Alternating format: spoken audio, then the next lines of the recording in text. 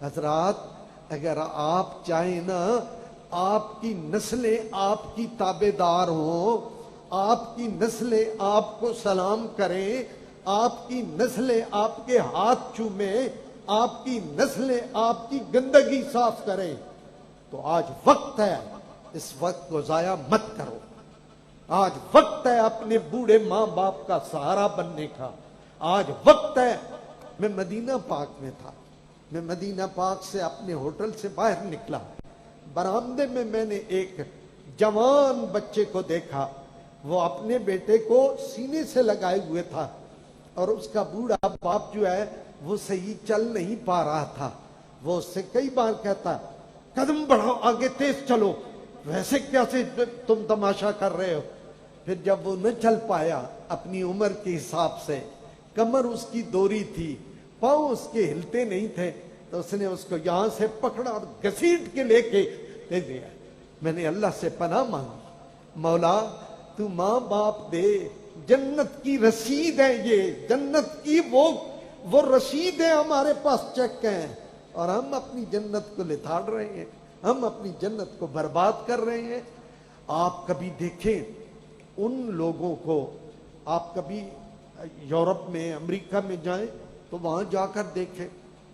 میرے ایک دوست ہیں، وہ وہاں امریکہ میں ایک یہ کنگز برگر، ایک اس کی بڑی چین ہے اس فاسٹ فوڈ کی، اس کا وہ مینیجر تھا۔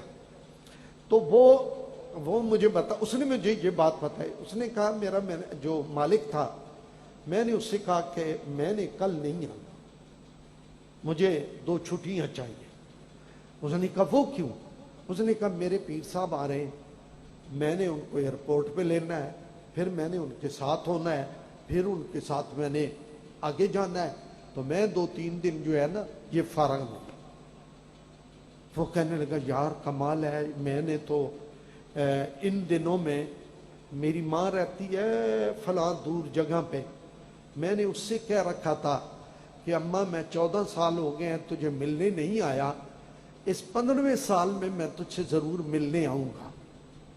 یہ اس ماں نے کے ساتھ اس نے وعدہ کیا تھا۔ اب اس کا جو ملازم ہے وہ اس سے کہتا ہے کہ میں مینیجر ہوں تمہارا، لیکن میں نے کل نہیں آنا، میں نے پرسوں بھی نہیں آنا۔ تو کیوں نہیں آنا؟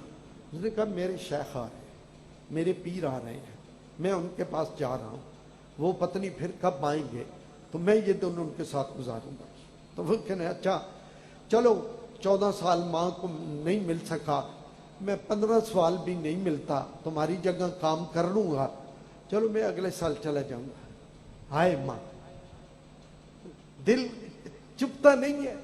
جس نے اس کو پیدا کیا، جس نے اس کو جنم دیا، جس نے اس کے جو ہے وہ ناز برداریاں کی، آج 14 سال گزر گئے ہیں، وہ اپنی ماں کو ملنے نہیں گیا، وہ اپنی ماں سے ملاقات کرنے نہیں جا رہا، صرف اس لیے کہ میرا ایک ملازم کم ہو جائے گا اور میرے اس جو ہے وہ اس شاپ میں میری آمدنی کم ہو جائے گی۔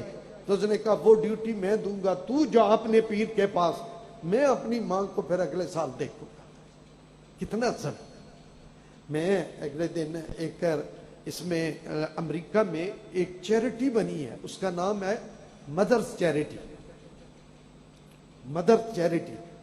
وہ اپنی اس کہانی لکھتا ہے کہ میں نے کیوں اپنی مدر چیریٹی، ماں کے نام سے چیریٹی بنائی، اس کی کیا بنیادی۔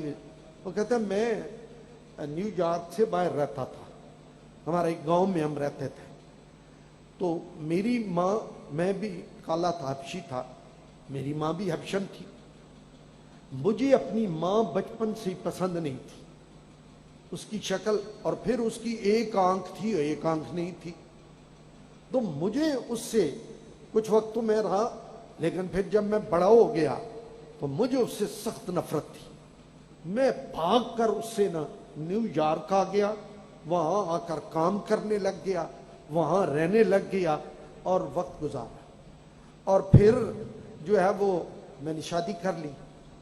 پھر شادی پہ میرے ہاں بچہ بھی ہوا، تو میں جو ہے نا وہ سلسلہ چلتا رہا. میں نے اپنی ماں سے جو ہے نا وہ سلسلہ منقطع کر لیا کہ یہ میری ماں بدصورت ہے، خوبصورت نہیں ہے، اس کی ایک آنکھ ہے، ایک آنکھ بھی نہیں ہے، میں اس کو کیا کروں گا، مجھے اس کی ضرورت نہیں ہے. وہ بھاگ کے وہاں آ گیا، رہائش پذیر ہو گیا، وقت گزرنے لگا، اس کا ایک پوتا پیدا ہوا. ایک دن دروازہ کھٹکھٹایا تو دروازہ اس کے پوتے نے جا کے کھولا تو وہ آگے اس کی ماں کھڑی تھی. تو وہ ڈر کے بچہ بھاگ کے پیچھے آیا تو اپنے باپ کی پکڑ گئے کہ وہ بلا آ گئی، ڈائن آ گئی، چڑیل آ گئی، وہ آ گئی.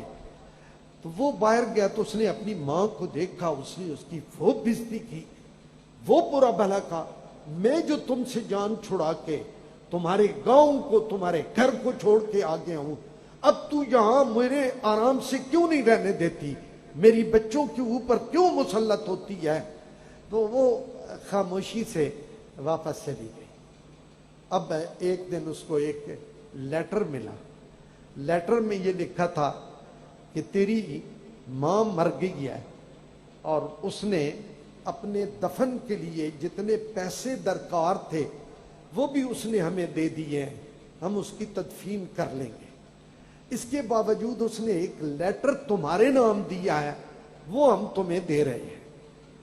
اب وہ آدمی کہتا ہے مر گئی ہے، جان چھوٹی ہے، اب وہ کون سے لیٹر بھیج رہی ہے. اب اس نے لیٹر میں کیا لکھا تھا؟ اس نے لکھا میرے بیٹے، تو جب سے میرا گاؤں اور میرا گھر چھوڑ کے آیا ہے تو یہاں میں ہر ہفتے کو یہاں آتی تھی، تو نکلتا تھا تو میں دیکھتی تھی، تیری بلائیں لیتی تھی. پھر تو نے شادی کی، تیرا بچہ پیدا ہوا تو میرا بیٹا میں ہر سنڈے کو تیرے گھر کے دروازے کے سامنے کھڑی ہو جاتی اور اس میں سے جو بچہ تیرا نکلتا میں اس کو دیکھتی، خوش ہوتی. ایک دن میں بے بس ہو گئی اپنی محبت سے، میرا دل چاہا کہ میں اپنے اس جگر کے ٹکڑے کو مس کروں، اس کا ماتھا چوموں، اس کو سینے سے لگاؤں.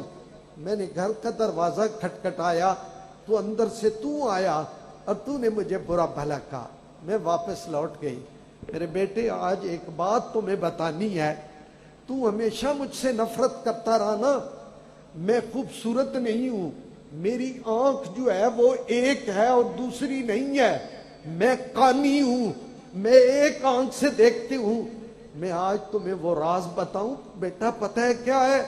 تو میرے ساتھ چل رہا تھا، تمہیں ٹھوکر لگی، آگے ایک روڑا پڑا تھا پتھر کا، وہ تیری آنکھ میں لگا، تیری آنکھ ضائع ہو گئی. ماں سے برداشت نہ ہوا کہ میرا بیٹا کانا کہلائے، اس کی ایک آنکھ ہو ایک نہ ہو. ڈاکٹر سے کہا میری آنکھ نکال کے میرے بیٹے کو لگا دو، میں کانی ہوتی ہوں تو ہوتی رہوں، میرا بیٹا کانا نہ ہو. اس نے یہ پڑھا، اس کے بعد اس نے کہا ہائے ماں، اب میں تمہیں کہاں سے لوٹا کے لے آؤں، اب میں تمہیں کہاں سے اپنے پاس لے کے آؤں. حضرات محترم، آپ اگر یہ چاہتے ہیں. اس کے بعد اس نے مدرز نام کی ایک سوسائٹی، چیریٹی بنائی جس میں اب لوگوں کو کہتا پھرتا ہے ماں کی بے قدری نہ کرنا، ماں کی بے قدری نہ کرنا، ماں جیسا دل کسی کا نہیں ہے، باپ سے زیادہ پیار کرنے والا کوئی انسان نہیں ہے. اللہ آپ سب کو بھی یہ توفیق بخشے. میرے وہ دوست جو مجھ سے یہ کہتے ہیں اولاد کہنا نہیں مانتی، اولاد کہنا نہیں مانتی، اولاد ہماری لفٹ نہیں کرواتی، اولاد ہمیں دھتکارتی ہے، اولاد ہم سے یہ حشر کرتی ہے. آج میں تمہیں یہ نسخہ بتا رہا ہوں، اپنی ماں باپ کی قدر کر لو، اپنے ماں باپ کو سنبھال لو، اپنے ماں باپ کے جوتے سیدھے کر لو. آج ان کی انگلی پکڑ کے ان کو مسجد میں لے آؤ، آج ان کو پکڑ کے ڈاکٹر کے پاس لے جاؤ، آج ان کے اچھے کپڑے ان کو پہناؤ، کل تمہاری نسل تمہاری نوکری کرے. یہ میں نسخہ نہیں بیان کر رہا، حضرت ضیاء الامت نے بیان کیا کہ جو کچھ تم میرے ساتھ کرو گے کل تمہاری نسل بھی تمہارے ساتھ وہی کچھ کرے.